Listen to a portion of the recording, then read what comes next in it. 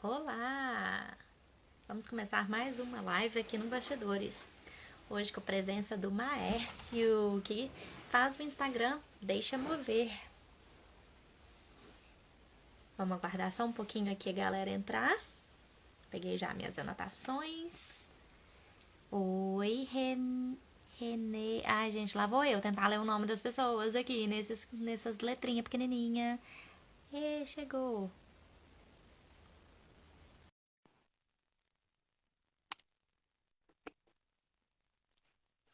Tá entrando, tá entrando. Olá! Ah, bom dia, boa tarde já, né? Pra mim já tá Aí, quase boa noite, mas boa tarde isso que eu aí ia no falar. Brasil. Hora do almoço, gente, isso aí. Vamos almoçar com a gente. Dá um oi aqui pra galera. Gente, aproveita, convida os coleguinhas para assistir a nossa live de hoje, ok? Deixa eu compartilhar aqui também pro pessoal para falar que a gente começou a nossa live. Quando eu faço live ao meio-dia aqui, eu falo, gente, coloca o almoço e deixa o celular de lado e vai acompanhando. Exato, não tem nada melhor do que isso, né, gente? Afinal de contas, a gente vai estar aqui numa conversinha gostosa. Não tem problema almoçar junto, a gente é todo mundo século XXI, faz mil e uma coisas ao mesmo tempo, então vamos começar. Bora Primeiro, lá. agradecer muito por você ter aceitado fazer essa live com a gente. É um prazer conhecer o seu trabalho, gente. A gente ainda não se conhece, a gente está se conhecendo nessa live de hoje, então eu tô super animada. E queria só falar para o pessoal que está entrando na live, que está assistindo, façam perguntas, interajam, vão conversar aqui uma live de 1 milhão em vez de uma live de dois, tá bom?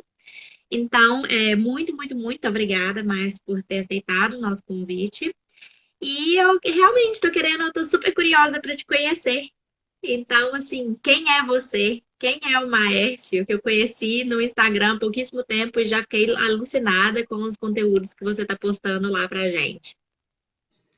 Ah, legal. Bom, primeiro, eu que agradeço, assim, foi uma surpresa muito boa e é uma honra, assim. Acho que ter recebido seu convite me deixou muito feliz. Então, eu que agradeço a oportunidade de conhecer, e eu não conhecia, e assim, tem muita coisa acontecendo, né, na internet. Acho que principalmente desde o momento que a gente foi obrigado a ficar em distanciamento social, essas coisas pipocaram de um jeito mais expressivo, mas muita coisa já existia antes disso. Sim. E, sei lá, nesse período eu tive boas experiências de conhecer pessoas justamente por essa efervescência, né, que aconteceu nesse momento. E acho que você é uma delas, assim, fiquei muito, muito feliz. Porque Que acho que bom. do mesmo jeito que existe muita coisa estranha com conteúdo duvidoso, tem muita coisa boa acontecendo no Instagram. É claro que a gente não quer que a pandemia dure para sempre, muito menos que tenha uma outra pandemia, mas eu acho que a gente tem que tirar tudo aquilo que é proveitoso, né? E o que foi proveitoso nessa pandemia foi exatamente de abrir os olhares e de fazer as pessoas se conhecerem e de se conectarem, né? Porque eu mesma que já tinha a plataforma Bastidores com cursos online há um tempo, eu sei muito bem qual que é a dificuldade de fazer cursos online, porque o presencial é muito mais gostoso, né, gente? A gente tem o contato, tem a energia da pessoa ali com a gente. É muito mais gostoso da gente fazer esse tipo de interação. Mas, ao mesmo tempo, propicia que coisas que a gente não estava imaginando iriam acontecer, como esse encontro aqui, né? Eu não sei nem onde que você tá, qual que é a cidade, estado, país, onde que você tá nesse momento. Bom, deixa eu aproveitar e me apresentar, né? Eu sou o Maércio, eu sou de São Paulo, nasci em São Paulo, mas hoje eu moro numa cidade do ABC, eu sou de Santo André, né? Então eu tô em Santo André agora. E a minha história brevemente, assim, com a dança, ela começa na minha adolescência, com 13 anos. E eu fui parar, na verdade, a minha história não foi muito direta, né? Não fui diretamente para dança. Eu fui fazer teatro quando eu tinha 11 anos, porque a minha irmã, eu era muito grudado à minha irmã, e a minha irmã já era adolescente, e quando as amigas dela iam para casa, para elas conversarem, eu não largava ela. Eu ficava muito grudado nela. E eu falava demais, demais, demais. E ela falou: você precisa fazer um curso de teatro para você me largar um pouco do meu pé. Aí eu fui pro teatro com 11 anos. E aí eu lembro que mais ou menos ali com 13 anos, uma professora, ela me olhou e falou assim: "O seu corpo, ele tem algumas facilidades para dança. Você deveria procurar uma escola de dança." Mas não passava pela minha cabeça fazer dança, mas Uhum. me chamou a atenção porque eu me achava muito desengonçado. Eu era aquele adolescente que tropeçava muito, que caía muito. Eu tinha várias questões assim com a motricidade que nunca me faziam acreditar que eu tinha algumas facilidades para dança. Mas por recomendação dessa professora, eu fui para uma academia de dança do meu bairro, uma academia muito pequena, e eu coloquei o pé na barra na primeira aula. Eu não colocaria nenhum aluno na primeira aula com o pé na barra hoje em dia, mas me colocaram com o pé na barra nessa primeira Pagar aula. coisas que acontecem que não deveriam acontecer, né? Exatamente por experiência. Exato. Mas me colocaram o meu pé na. Pediram para eu colocar o pé na barra. E esse dia foi muito marcante, porque a professora chegou em mim e ela falou assim: "Nossa!" E eu me espantei. Aí eu, o que foi? Ela, "Você nunca fez aula?" Eu falei: "Nunca fiz aula." Ela, "Nossa, mas o seu pé, a sua perna." Ela começou a falar do meu corpo e eu não entendi aquilo. E Aham. aí eu sei que isso, de alguma forma, fez com que eu continuasse aí nas aulas, e uma coisa foi levando a outra. E ali com 16 anos, eu já me via já me via enxergando, já enxergava a dança como minha profissão, né? E aí eu comecei a trabalhar profissionalmente com dança com 17 anos, muito conectado a uma formação do balé clássico. Nessa época, eu já fui para uma escola grande aqui em São Paulo, que chama Pavilhão D. Hoje Uhum. eles mudaram para o Pavilhão da Dança, trabalhar com o Ricardo Scheer, trabalhar com alguns professores de outras escolas também. Aí fui estudar com o Ismael Guiser, depois, mais para frente, fui estudar com a Lilia Shaw, na Escola Paulista de Dança. Então, tive essa formação em dança muito conectada ao balé, mas a minha ação profissional sempre foi ligada à dança contemporânea, né? A minha ação como intérprete sempre foi em companhias independentes de dança contemporânea, em 90% trabalhos que dos traziam, bailarinos, né? é, que traziam esse trabalho Contemporânea. exato. E Hum. aí essa é a minha história, assim. E aí eu dancei na companhia de dança de Diadema e o grupo Divina Dança da Andrea Pivato. Acho que foram os lugares que eu mais dancei mais tempo. Assim, dancei quase 6, 7 anos no Divina e Uhum. fiquei 3 anos na companhia de dança de Diadema. E aí o que acontece? Você me interrompe, tá, Bárbara? Porque eu falo assim desenfreadamente. Preocupa não. Eu também. Se eu bobear, a gente vai ficar aqui o dia inteiro, mas tudo bem. Mas aí o que acontece? Eu tive uma carreira muito curta. Porque sei lá, com 28 anos, quase 30, 28 para 29 anos, eu tenho 30, vou fazer 32, então fiz faz menos de 4 anos. Eu Só não decidi tá parar de certo, dançar. senão eu vou ficar com raiva, hein? Eu decidi parar e. Tô velho, 32, eu falo assim, nossa, então tá, já Não, que eu não, tô não, eu não e faço não isso. considero velha, tá? Mas eu parei muito cedo, assim. Hoje eu não danço mais, já faz quase 5 anos que eu não danço mais, Uhum. porque a minha trajetória com a dança, ela foi muito conectada com. Isso acontece com muitos bailarinos, com muitas bailarinas. Ela foi muito conectada com a prática como professor. Mas isso, inicialmente, na maior parte das vezes, acontece de um jeito que não tem muita orientação, né? A pessoa começa a dar aula, mas ela, na verdade, a ação dela é como um intérprete, é como artista do palco, não é como esse professor da sala de aula. Uhum. Mas eu tive muita sorte, acho que foi uma das sortes que eu tive, é que nessa época que eu comecei a dar aula, eu participei de um programa de qualificação de professores. Na Nossa, verdade, raríssimo, né? Raríssimo é, na área da dança. Inclusive, é um dos pontos que eu já toquei em várias lives, né? O professor ensina o que ele aprendeu com outro professor e é uma das dificuldades que a gente tem na dança, porque o conhecimento ele é empírico, né? Então, assim, muitas vezes, eu, assim, depois também que fiz parei de dançar também para seguir a área acadêmica. E aí fui fazendo assim, especialização, mestrado, doutorado. E aí você vai aprendendo que tudo aquilo que você fez não tinha fundamento teórico, né? E assim, funciona, funciona. Mas porque exatamente o empírico é isso, né? Funcionou, você ensina e vai passando para frente. Só que é a maneira mais eficaz? Não. E aí que tá o Uhum. problema. Como é que você vai chegar para um professor que te ensinou e falar assim, olha só, vamos conversar. Sabe aquele negócio que você faz, aquela tal de Grand Plié de quarta, ou algumas outras coisas que a gente não vai entrar no mérito dessa live, porque senão a gente vai ficar aqui para sempre. Aham. Talvez daquele jeito não é o jeito mais eficaz, talvez tenha um jeito melhor para fazer. Aí a pessoa ainda olha para você todo assim, minha filha, eu te ensinei a dançar, quem é você para tentar vir aqui me corrigir agora, sabe? Então, esse é um desafio muito grande que existe nessa parte de colocar um pouquinho mais de ciência na dança, né? Tem um orgulho muito grande de sempre foi assim, por que que vai mudar agora? E é uma cabeça que algumas pessoas de uma geração mais nova e também pessoas de umas gerações mais antigas, né, gente? Não é todo mundo que é limitado, não. Tem muitas pessoas com cabeça aberta que estão a fim de melhorar, né, de se atualizar, mas é um dos maiores desafios que a gente tem, né? E que é que não tem formação de professor, pouquíssimos cursos de formação de professor. E foi um dos motivos que eu criei o Bastidores, né? Cadê o conhecimento? Onde que a gente vai se embasar esse conhecimento? Onde que a gente vai procurar esse conhecimento? Entendeu? E, assim, ter a chance de fazer um curso de formação de professor igual você fez é raríssimo.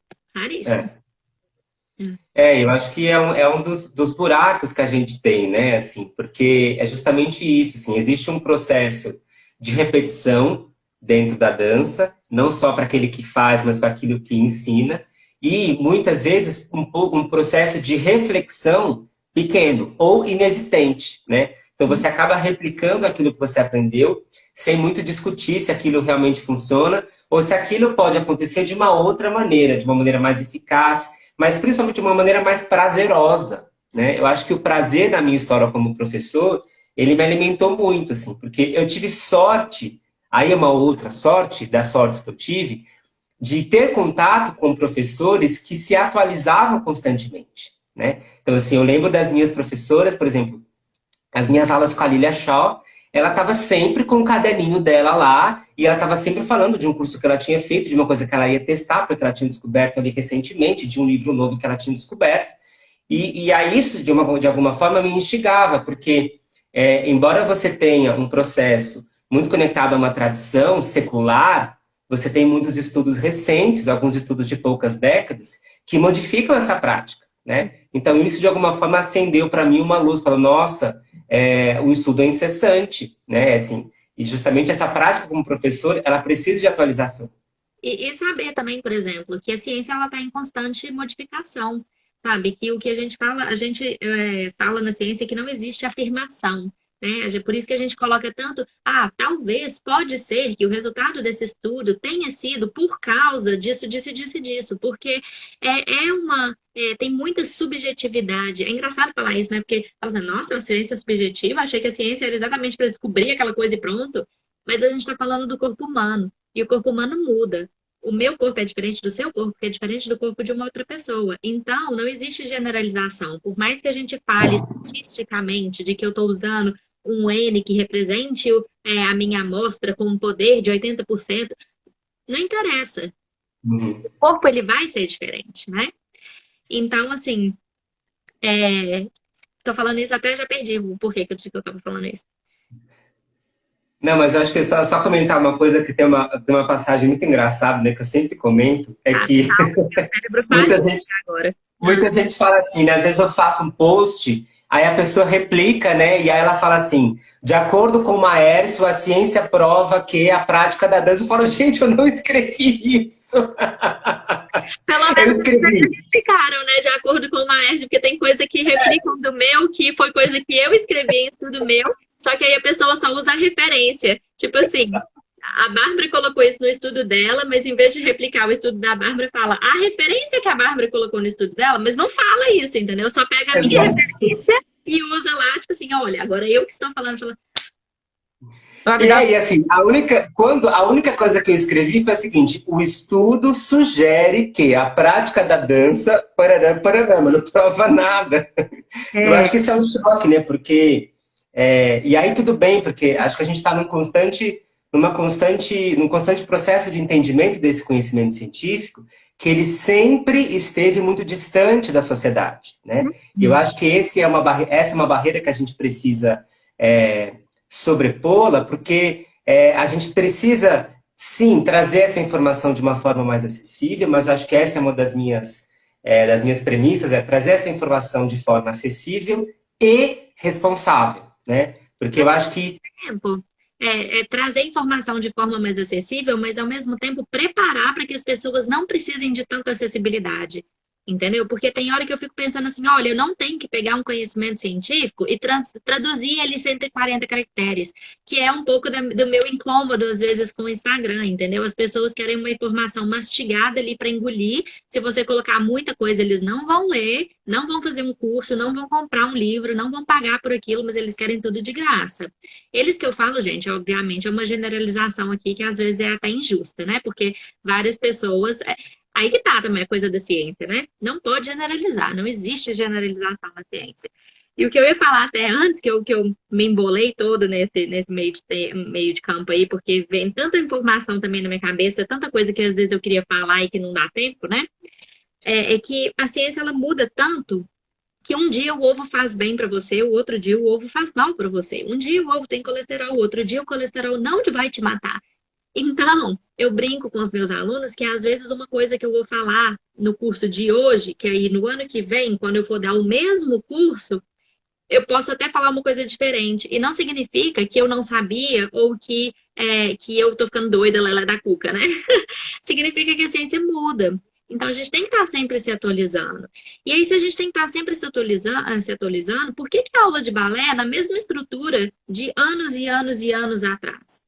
Será que essa estrutura realmente é a estrutura mais eficaz, mais eficiente para a gente dar? Ou será que isso é uma falta, às vezes, de espaço para a gente discutir novas possibilidades? A gente já está entrando numa discussão super complexa aqui, né? Porque, na verdade, isso exato. era só a apresentação, tá, gente? Estava só falando assim, É, tá? eu Mas, acho que mas é fundamental essa discussão, né? Porque, embora a gente, né, esteja, né, viajando na nossa conversa, o que eu acho ótimo é que tem muita gente que me procura e fala assim, eu acabei de lançar um curso, né? E aí, esse curso, ele tá lá e ele tem uma descrição que é a seguinte, Dança e Neurociência, módulo 1, né? E aí algumas pessoas vieram me procurar e falaram, mas por que você já não entrega tudo, já não faz um módulo que contemple tudo aquilo que você quer passar? E eu falo, gente, porque você precisa comprimir a informação, né, para que ela chegue nas pessoas, e assim, daqui um ano ou daqui 6 meses, essa informação precisa ser atualizada, porque outras referências surgem. Na verdade, nesse momento, outras referências estão sendo geradas, e daqui a pouco a gente precisa de um outro olhar para complementar aquilo que a gente teve acesso lá atrás, né? Então, não é porque muita gente, e nessa história dos cursos online, né, muita gente acha que é uma jogada de marketing, assim, é uma coisa assim, você quer acorrentar o seu público, e não é isso. segurar conteúdo, falar, Não, assim, não é. Eu acho e aí quem me conhece, né, já sabe muito bem isso, porque não é acorrentar o público, mas é ser bem honesto no sentido do seguinte: olha, essa informação hoje está dessa forma, amanhã eu já não sei. A gente precisa acompanhar. exato. E é muito legal também porque na plataforma do Bastidores a gente está montando exatamente uma plataforma para as pessoas colocarem os cursos. Inclusive, já até te convido aqui na frente de todo mundo para colocar o seu curso lá na plataforma também. A gente está tentando juntar alguns dos conteúdos das pessoas que produzem na área das ciências da dança. Mas e aí às vezes as pessoas me perguntam, mas você vai colocar o curso do fulano de tal que é de flexibilidade, você tem um curso de flexibilidade, aí vem uma terceira pessoa e também quer dar um curso de flexibilidade, você vai colocar tudo na plataforma? Você vai criar concorrência para você mesmo? Eu falei, não, não é concorrência. Porque flexibilidade é um assunto tão grande, apesar das pessoas acharem que é simplesmente deitar lá no chão de perna aberta, mas é um assunto tão grande, tão complexo, que o que eu estudo às vezes não é o que outra pessoa estuda, que a abordagem que a gente vai considerar no curso é completamente diferente, que a forma de passar aquele conteúdo é diferente. Algumas pessoas podem ter mais facilidade entendendo, assistindo o meu curso, mesmo que o conteúdo seja o mesmo, teoricamente, né? Às vezes as pessoas vão ter mais facilidade no meu curso, mas outras vão ter mais facilidade de entender no curso de outra pessoa. Então não é concorrência, porque tem espaço para todo mundo, né? E alguém vai ter lido um livro que eu não li, um artigo que eu não li, eu vou ter feito outras coisas, ter tido outras experiências. Então, mesmo quando várias pessoas conversam sobre o mesmo tema, a gente consegue encontrar coisas maravilhosas e que a gente não tinha pensado antes. Então, as pessoas ficam assim, nossa, mas você vai trazer concorrência para você no seu site? Eu falei, não é concorrência, é união para a gente poder discutir sobre o assunto. Porque se só eu estudar esse assunto, com quem que eu vou conversar? Exato. E a gente vai ficando cada vez mais nichado, né? Cada vez menos em rede. Eu acho que quem quer trabalhar na internet, quem está disposto a trabalhar na internet com seriedade, precisa dar as mãos, gente. Precisa dar as mãos. Nós precisamos dar as mãos. Eu acho que enquanto a gente tiver esse pensamento de que o meu trabalho, ele é o trabalho que dá conta de tudo, e assim, quem tiver junto comigo está competindo, me desculpa, você está completamente equivocado. Você está indo contra aquilo que é a premissa do trabalho em rede, né? Que é essa união, que é essa partilha. Eu acho que o conhecimento ele precisa ser partilhado. Conhecimento na gaveta, conhecimento na estante é um conhecimento morto. Conhecimento que vale é aquele que é vivenciado em comunidade.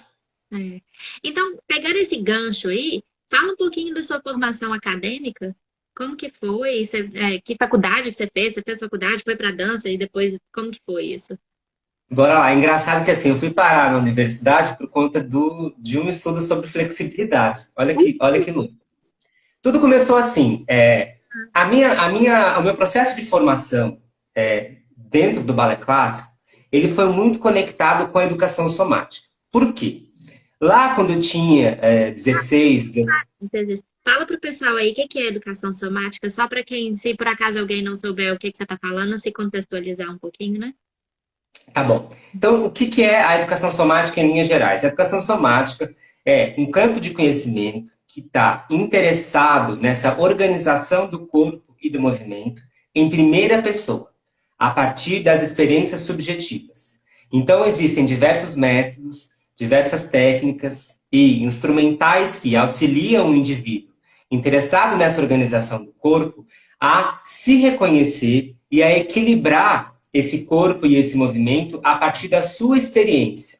Então, não a partir de uma reprodução do movimento, mas a partir de uma inteireza desse movimento no próprio corpo, né? Então, como ele percebe e sente esse movimento. E aí você vai ter, esse é um grande guarda-chuva do campo, mas você vai ter desde abordagens que lidam com essa organização a partir de uma via mais biomecânica, outras abordagens que lidam com essa organização a partir de uma via mais cognitiva, e aí outras abordagens que entrelaçam esses campos, essas vias, né? Mas, em linhas gerais, a educação somática ela se ocupa em organizar o corpo e o movimento a partir de uma experiência em primeira pessoa, como eu me sinto ali, não como eu reproduzo o movimento, né? Então, quando eu falo, por exemplo, nós temos o balé clássico, nós temos a primeira posição.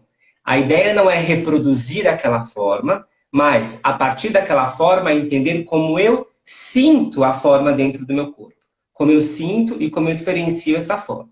Então, esse é o universo que esteve presente dentro da minha formação do balé. Então, a gente fazia barra, mas antes de fazer a barra, a gente fazia ali, por exemplo, uma mobilização da base com uso de bolinha, com uso de bastão, com uso de elástico. E aí, no meio da barra, a gente fazia uma pausa e ao invés de ficar se esticando no chão, a gente fazia um trabalho de, por exemplo, equilibração da pelve, a gente fazia um trabalho dos estudos dos ângulos. E nesses estudos de organização, né, de uma organização mais biomecânica, né, de alinhamento, de reconhecimento dos planos de movimento, né, onde o movimento acontece, qual é o direcionamento, como eu entendo base, como eu entendo perna de trabalho, o que isso significa em termos de alinhamento, o que isso significa em termos de uso do sistema muscular e parará.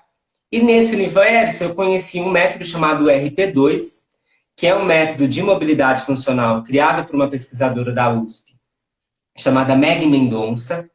E eu conheci esse método, comecei a fazer essas aulas desse método, e eu senti no meu corpo um ganho muito grande em pouco tempo.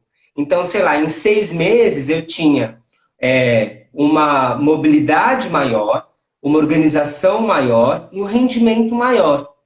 E dentro dessa prática, eu comecei a conhecer outros métodos de educação somática que faziam com a minha prática dentro do balé e a minha prática como profissional fosse muito mais prazerosa, né? Aí eu fui para o Rolfing, aí conheci um pouco de Feldenkrais, um pouco de otonia, e fui passeando por esses métodos. E dentro do RP2, um dos pilares da formação, porque aí, anos mais tarde eu fui fazer a formação no método, né? E aí um dos pilares dessa formação era uma perspectiva da imagética. E uma perspectiva da imagética muito alimentada por trabalhos envolvendo a neurociência, né? E aí a neurociência ali nos anos, desde os anos 90, né? Mas ali nos anos 2000, ela já estava muito efervescente, né? Muito por conta de um projeto do governo dos Estados Unidos, que foi a década do cérebro, né? E aí, nesse momento, você teve ali um boom de estudos ao redor do mundo todo, muita coisa acontecendo, muito investimento acontecendo. Eu acho que foi ali até meados dos anos 2000, 2010, foi o momento em que a ciência teve um aporte financeiro um pouco maior, né? De lá para cá a gente observa uma decadência desse investimento, mas a neurociência teve esse boom nesse momento. E aí foi exatamente o momento em que eu não me via mais como bailarino, mas me via como professor. E eu tinha essa necessidade de fazer um curso superior. E aí eu falei, gente, o que eu faço? Eu vou para dança? Eu vou para físio? Eu vou para educação física? Eu vou para comunicação e artes? Eu não sabia para onde ir. Mas eu tinha ali uma proximidade desse trabalho ligado com a imagética e um interesse gigantesco pelas ciências duras. Eu gostava, né? Eu sempre fui nerd. Eu adorava. Adorava física, adorava matemática e assim. E também gostava muito de biologia. Eu falo, gente, que curso pode fornecer, que curso pode me abraçar? E aí eu descobri que perto da minha casa tinha um curso muito novo chamado Bacharelado Interdisciplinar em Ciência e Tecnologia e Neurociência, da Universidade Federal do ABC. Eu falei, gente, deixa eu dar uma olhada nesse curso. Aí eu fui dar uma olhada no curso, é uma estrutura de formação que ela é diferente, porque ela tem uma espécie de bacharelado conjugado e duplo, porque você faz o ingresso. Muito aqui na Inglaterra, sabe? Eles têm cursos mistos, entendeu? Você faz Exato. que eles chamam de major e o minor. Então, é um curso que, assim, por exemplo, você combina e aí você pode ter mais carga horária dentro de alguma coisa e menos dentro de outra. Então, por exemplo, eu poderia ter feito ciências do esporte e dança, entendeu? Enquanto que no Brasil a gente não tem isso tanto assim, né? Isso é uma coisa nova, né? Uma coisa recente no Brasil, assim. A UFABC, toda a estrutura dela, se não me engano, outras federais estão aplicando isso, começaram a aplicar isso nos últimos anos, mas lá é assim, você tem os cursos de engenharia, você tem os cursos de física, você tem o curso de neurociência, que eles chamam de pós-BI, né? Pós-bacharelado interdisciplinar. Mas todo mundo ingressa no mesmo curso. Então a base de todos os alunos é igual, que é uma base de biologia, de física, matemática e computação. Essa é a base, que é o curso de ciência e tecnologia. Só que o que acontece? Isso era final de 2014 e eu havia terminado o colégio em 2006. Eu falei, gente, como que eu vou ser aprovado numa universidade pública agora, depois de tanto tempo sem abrir uma apostila de matemática, né? E aí o ingresso era pelo Enem. E eu falei, olha, mas eu quero. Aí eu me matriculei num curso pré-vestibular. E aí eu lembro que foi um período assim né? Porque eu já tinha saído daquela idade do ingresso na faculdade, né? Que comumente acontece ali nos 17, 18 anos. Mas eu entrei, passei, iniciei esse processo lá na Federal do ABC em 2015 e desde então eu venho pesquisado todos os temas que abraçam, que se conectam de alguma forma com esse estudo da imagética e com esse estudo que olha para o corpo e para o movimento, lidando com esses pilares da cognição e esses pilares da biologia que nos ajudam a entender como ter uma experiência mais prazerosa e como obter mais resultados na nossa prática como professor, né? Então, hoje em dia, só para fechar essa pergunta, assim, eu estou dentro da universidade muito conectado a esses estudos que olham para o movimento em seus correlatos neurais e em seus correlatos não neurais, mas que de alguma forma corroboram para a gente entender como que mente e corpo se conectam, como que imagética e motricidade se conectam e como a gente pode entender como a gente pode entender esse campo de conhecimento que é novo, mas que olha para referências lá da década de 30, da década de 40. Os primeiros trabalhos sobre imagética motora, eles datam da década de 40, final da década de 30. São coisas que vêm sendo ditas até um pouco antes pela filosofia, mas que agora a gente começa a entender como chegar nesses assuntos e falar, olha, existe uma metodologia, existe um desenho experimental que dá conta daquilo que era dito lá nos anos 40, né? Sim. Então esse é o caldeirão que eu estou hoje em dia. O que aconteceu com Einstein, né? Ele, na verdade, quando ele estudou, ele não conseguia provar nada daquilo que ele tinha falado. Inclusive, um dos motivos que ele foi negado o primeiro doutorado que ele fez, né? Ele foi, na verdade, ele custou a pegar o título de doutor, porque aquilo que ele falava não tinha experimentações teóricas que pudessem comprovar. E ainda mais que ele ainda fazia os cálculos todos dentro da cabeça, né? O que é mais bizarro ainda. Então, na hora que ele pega lá, ele simplesmente escreveu na tese dele que isso acontece pronto. E aí o povo fala assim, o quê? Então, na ciência a gente vê isso, e principalmente quando a gente estuda as práticas somáticas, né, que é uma sensação, é uma interpretação de alguma coisa que acontece no seu corpo. Então, você sabe que algo acontece que causa aquele resultado, mas a gente não sabe muito bem o que que é que acontece. Então, com o desenvolvimento das pesquisas, com o desenvolvimento das técnicas né, das, técnicas metodológicas de equipamento para poder mensurar, a gente vai realmente descobrindo o porquê de uma coisa que acontece, de uma coisa tão simples no nosso dia a dia, ou tão simples na nossa dança, ou corriqueira, não vamos dizer simples, não, mas uma coisa que acontece com frequência, aí a gente passa a saber explicar o porquê. Que aí volta naquela a nossa discussão, né, de falar que a dança ela precisa realmente ter essa abertura para ser estudada e que às vezes as coisas que a gente faz dentro das salas de balé clássico poderia ter um jeito melhor, né? Então, olha como é que a gente volta trazendo outros argumentos para reforçar a mesma ideia, né? Exato. Sabe quando eu passei no curso, eu fiz uma reunião com os meus amigos, né? E todos a maior parte dos meus amigos eram bailarinos, são bailarinos, acho que isso é normal acontecer. E aí eu falei, gente, eu fui aprovado no curso. E muita gente não sabia nem que eu estava nesse processo de entrar na universidade. E aí me perguntaram, né? Eu falei, mas o que que você vai fazer? E eu falei, eu vou estudar neurociência. E aí, assim, a maior parte das pessoas, elas me indagaram assim, então você vai parar de dançar, você vai abandonar a dança. Eu falei, não vou abandonar a dança. Eu vou olhar para a dança sob essa ótica, sob essa lente. Eu vou colocar essa lente para olhar a dança. Aquele momento, eu não sabia direito como eu ia fazer isso, né? Na verdade, a gente vai descobrindo isso com a prática, descobrindo isso conforme o assunto, as informações vão rodando. Mas eu nunca quis abandonar a dança, eu nunca quis deixar toda essa história com o movimento de lado para ingressar numa outra história. Assim, isso é possível, isso pode acontecer, mas nunca foi o meu interesse, o meu desejo. E aí muita gente não entendia, assim, muita gente ainda não entende. E como eu sou novo, como eu parei muito cedo, muita gente chega e fala, nossa, mas é uma pena, né, que você parou de dançar. Eu falo, gente, tá tudo bem. Acho que eu dancei o que tive que dançar e tá tudo certo. Não, e eu brinco também que a gente para de dançar, mas a gente não deixa de ser bailarino. Quando as pessoas me perguntam assim, qual que é a sua profissão? A primeira coisa que eu falo é bailarino.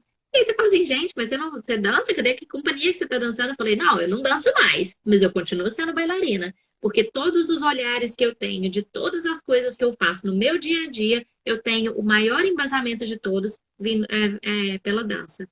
Então, não consigo parar de falar que, ah, não, agora eu sou pesquisadora da dança. Não, continuo sendo bailarina, entendeu? Ó, ex-bailarina, só quando eu morrer. Aí você pode falar que eu sou ex de alguma coisa. Mas tudo que a gente faz, É, constrói a pessoa que a gente é. Tudo que a gente fez, constrói a pessoa que a gente é.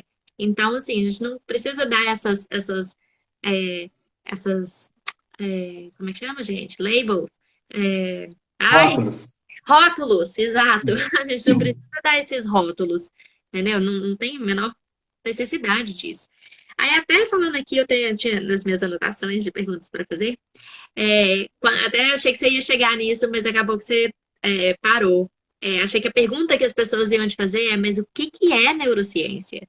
O que que isso faz? Entendeu? O que que isso estuda? O que que isso mostra? O que que é neurociência?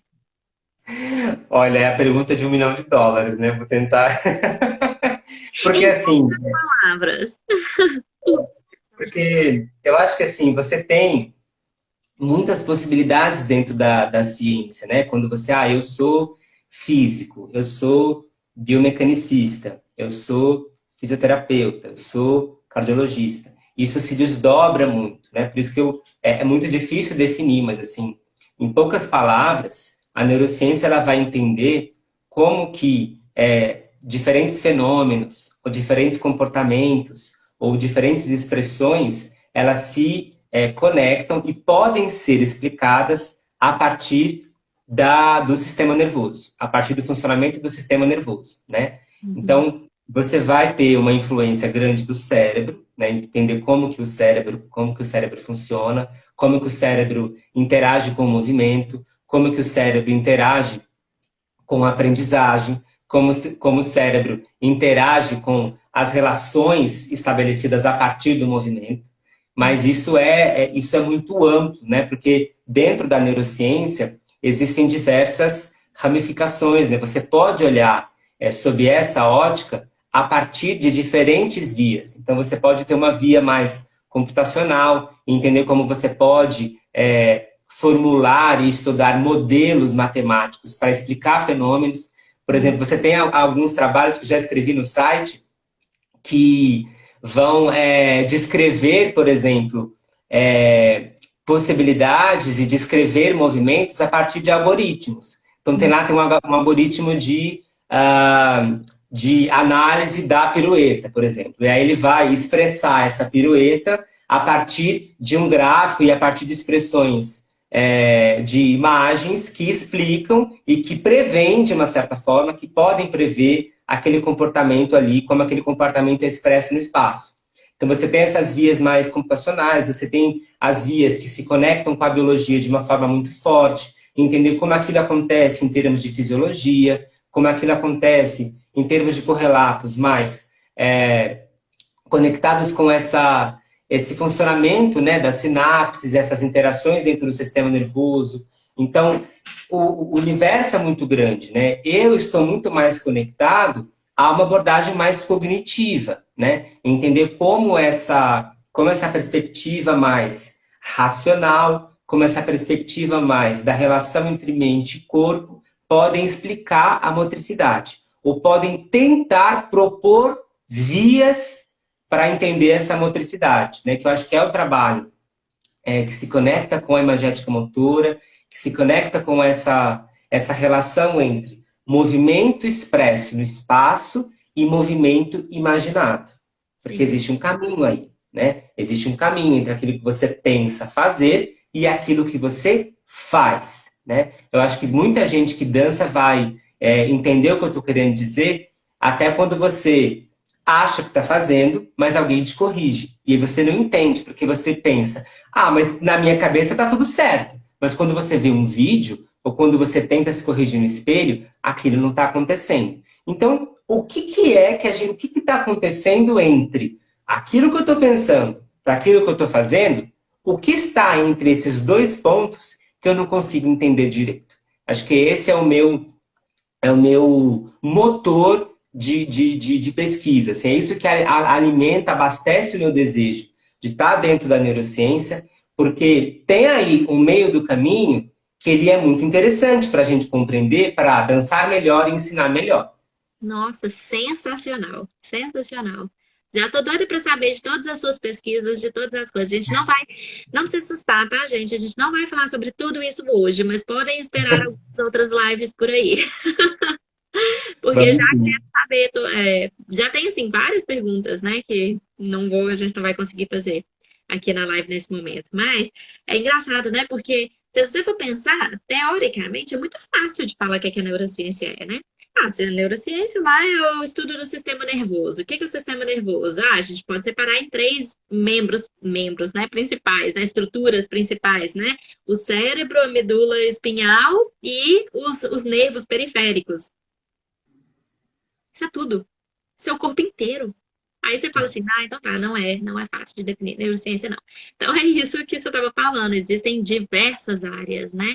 E eu acho isso muito legal porque, eu quero até saber antes disso, qual foi o estudo de flexibilidade? O que é que aconteceu na flexibilidade que te trouxe para a neurociência? Então, quando eu fui fazer a formação dentro do RP2, o RP2 ele inicia lá 40 anos atrás como uma pesquisa sobre o alongamento, né? Uma pesquisa ali empírica em torno de uma aplicação do estudo do alongamento, da flexibilidade. E aí, ao longo dos anos ele foi se modificando e hoje em dia, na verdade, isso já faz quase 10 anos, ele abandona os termos alongamento e flexibilidade e ele usa o rótulo mobilidade funcional.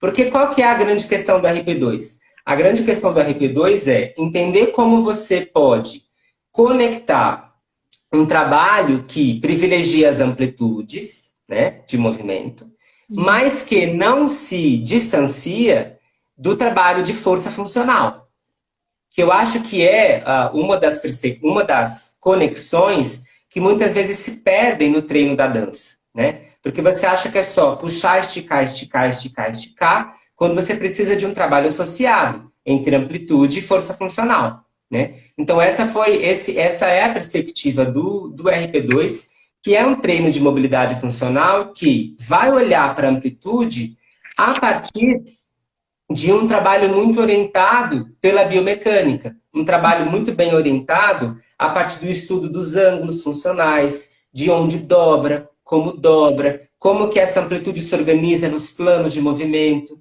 como que essa amplitude pode nos proteger quando a gente vai dançar, porque quando a gente dança, quando a gente expressa o movimento, a gente não expressa o movimento num plano só. A gente está misturando tudo o tempo inteiro. No fundo, é uma grande bagunça. E no fundo, no fundo, no fundo, quando você está no palco, essa bagunça é ainda maior. Porque aí entra emoção, entra a luz, entra outras coisas, entra o cenário, o figurino. Então isso vira uma grande salada dentro do corpo. Mas o meu treino, ele precisa se conectar com esses planos. Ele precisa se conectar com essa organização direcional, né? Então, o RP2, essa pesquisa do RP2, ela se ocupa justamente isso, assim, em orientar esse treino de mobilidade e orientar esse trabalho de amplitude, sem esquecer a organização dessa amplitude, sem esquecer um trabalho de força, de resistência, de cocontração, desse trabalho muito associado ao treino do sistema miofacial, né, que vai interagir com não só aquilo que vai, mas aquilo que fica, né? Então, justamente esse trabalho de oposição presente aí nos treinos de mobilidade funcional. Muito legal. Realmente, a gente não pode confundir mobilidade com flexibilidade e nem flexibilidade com alongamento. E aí que eu acho que a gente volta com aquela questão de quão interessante é a gente ter um pouco mais de conhecimento, né? Porque são em alguns detalhes que eu acho que fazem muita diferença entre um profissional que é excelente e um profissional que é muito bom, sabe? Então, assim, às vezes você pode até ensinar muito bem, mas quando você consegue também passar os conceitos que você embasou aquele conhecimento de forma apropriada, né? Eu acho muito importante. É, e é muito engraçado porque o meu orientador de mestrado, né? Eu fiz meu mestrado lá na UFMG, no Laboratório de Ciências do Esporte, estudando bailarinos, com o professor doutor Maureleno Chagas, e ele, eu brinco que ele é, assim, o rei dos conceitos. E que às vezes era até assim, irritante, porque, tipo, na hora que eu ia, ele me fazia uma pergunta, e aí na hora que eu ia explicar, em vez dele deixar eu terminar e explicar a resposta, né, de dar a resposta, ele já ia me pegando nos conceitos. Mas qual que é o conceito disso? Qual que é o conceito disso? Qual que é o conceito disso? E eu falava, meu Deus, mas calma, deixa eu responder a primeira pergunta que você fez. Mas por quê? A resposta, ela estava diretamente relacionada com os conceitos que eu estava dando. Se eu não soubesse falar exatamente o que que é flexibilidade, diferença de flexibilidade e mobilidade, diferença de flexibilidade, mobilidade e alongamento, eu vou achar que tudo é a mesma coisa, e não é. Exato. E isso vai me dar um resultado diferente dentro de salas de aula.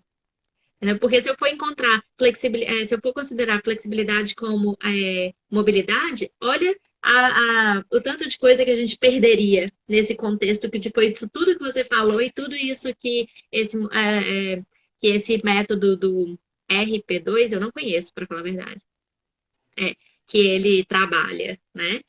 Então, assim, É, muito os conceitos, os conceitos e as palavras, eu acho que eles não são, e muita gente entende isso como se fossem preciosismos, né? Mas não são preciosismos, né? As palavras, elas carregam história, as palavras, os conceitos carregam embasamentos, carregam memória, e carregam não só história e memória, mas carregam muitas referências de estudos, né? Eu acho que uma palavra, ela está recheada, eu sempre falo que assim, gente, uma referência, ela não é só uma referência, ela é um exército de pessoas que passaram por aquilo, né? Não é um exército, são horas de quebrar a cabeça, são horas de experimentação, então você precisa trazer esse exército, né? Porque não é como se você começasse do zero, na verdade nunca se começa do zero.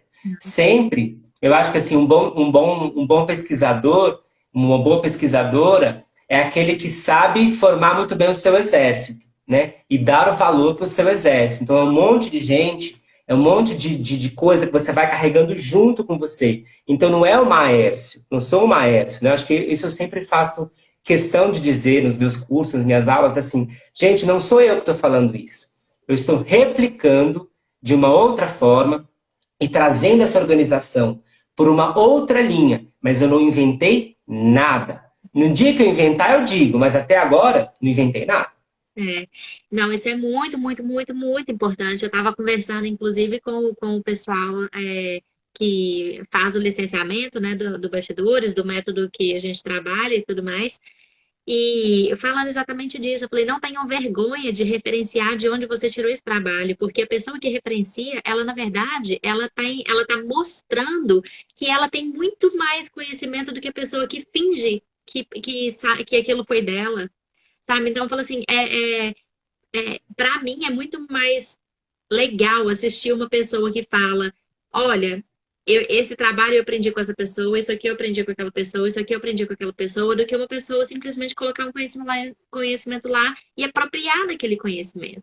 Então, assim, quando você referencia, você tem respaldo daquilo que você está falando. Isso é muito legal, isso dá credibilidade, entendeu? É a palavra que eu estava procurando. As pessoas acham que isso vai ser depreciativo, porque, não fui eu que fiz isso aqui, mas não, dá credibilidade para o que você está falando. E para que um dia, quando você fizer alguma coisa, quando você criar alguma coisa, as pessoas ainda tenham o reconhecimento de que você fez aquilo. Então, isso é Exato, exatamente. importante. É muito.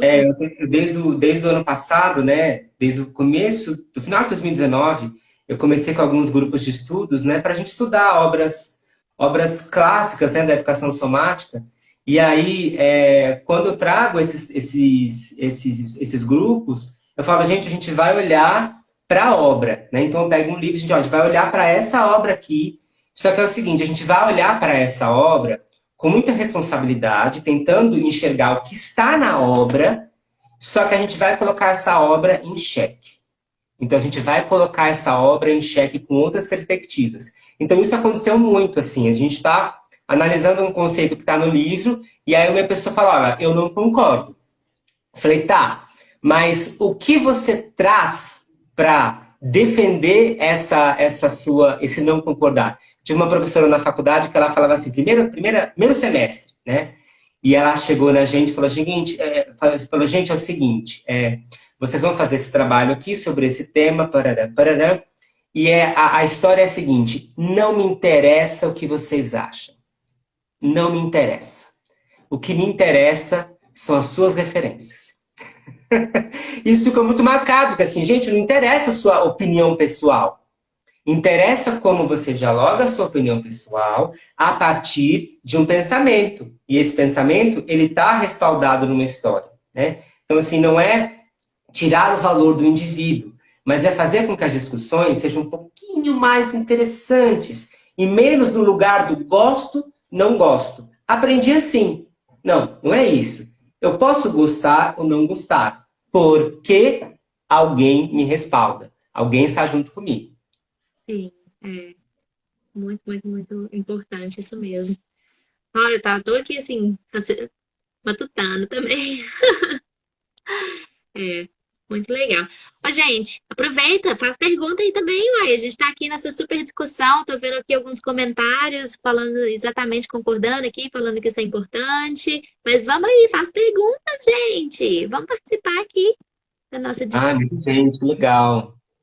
Legal, tá bem no meu a fonte é branca, fica ruim de ler, mas tá, se eu chegar assim bem perto, dá pra enxergar. Aí já. Enfim, é um mundo de questões, assim, mas eu acho que, sei lá, trabalhos como bastidores, outros trabalhos sérios no Instagram, eles precisam crescer e a gente precisa fazer esses trabalhos chegarem nas pessoas. Eu sempre falo assim, eu falei, gente, o trabalho de compartilhamento individual, ele é o boca a boca digital, ele é o melhor caminho. Então, assim, pega o perfil do Bastidores e manda para alguém. Pega o perfil do Deixa eu Mover e manda para alguém. Porque, É, porque é isso que faz a informação girar. com certeza. E eu falo muito assim, às vezes, eu sou uma pessoa que eu confesso que eu tenho muita dificuldade de lembrar os nomes de autores. Confesso. Além do que eu já li tanto artigo que às vezes que é muito difícil realmente, né? Eu até admiro aquelas pessoas que lembram todos os autores de todos os artigos que leram, mas eu não sou. Só que a questão, às vezes, é a maneira que você vai colocar aquilo. Porque eu lembro o conteúdo que eu li, posso não lembrar o autor. Mas na hora que eu vou falar sobre aquele conteúdo, eu falo, gente, eu li num artigo, um artigo muito interessante nessa área, falou isso, isso e isso.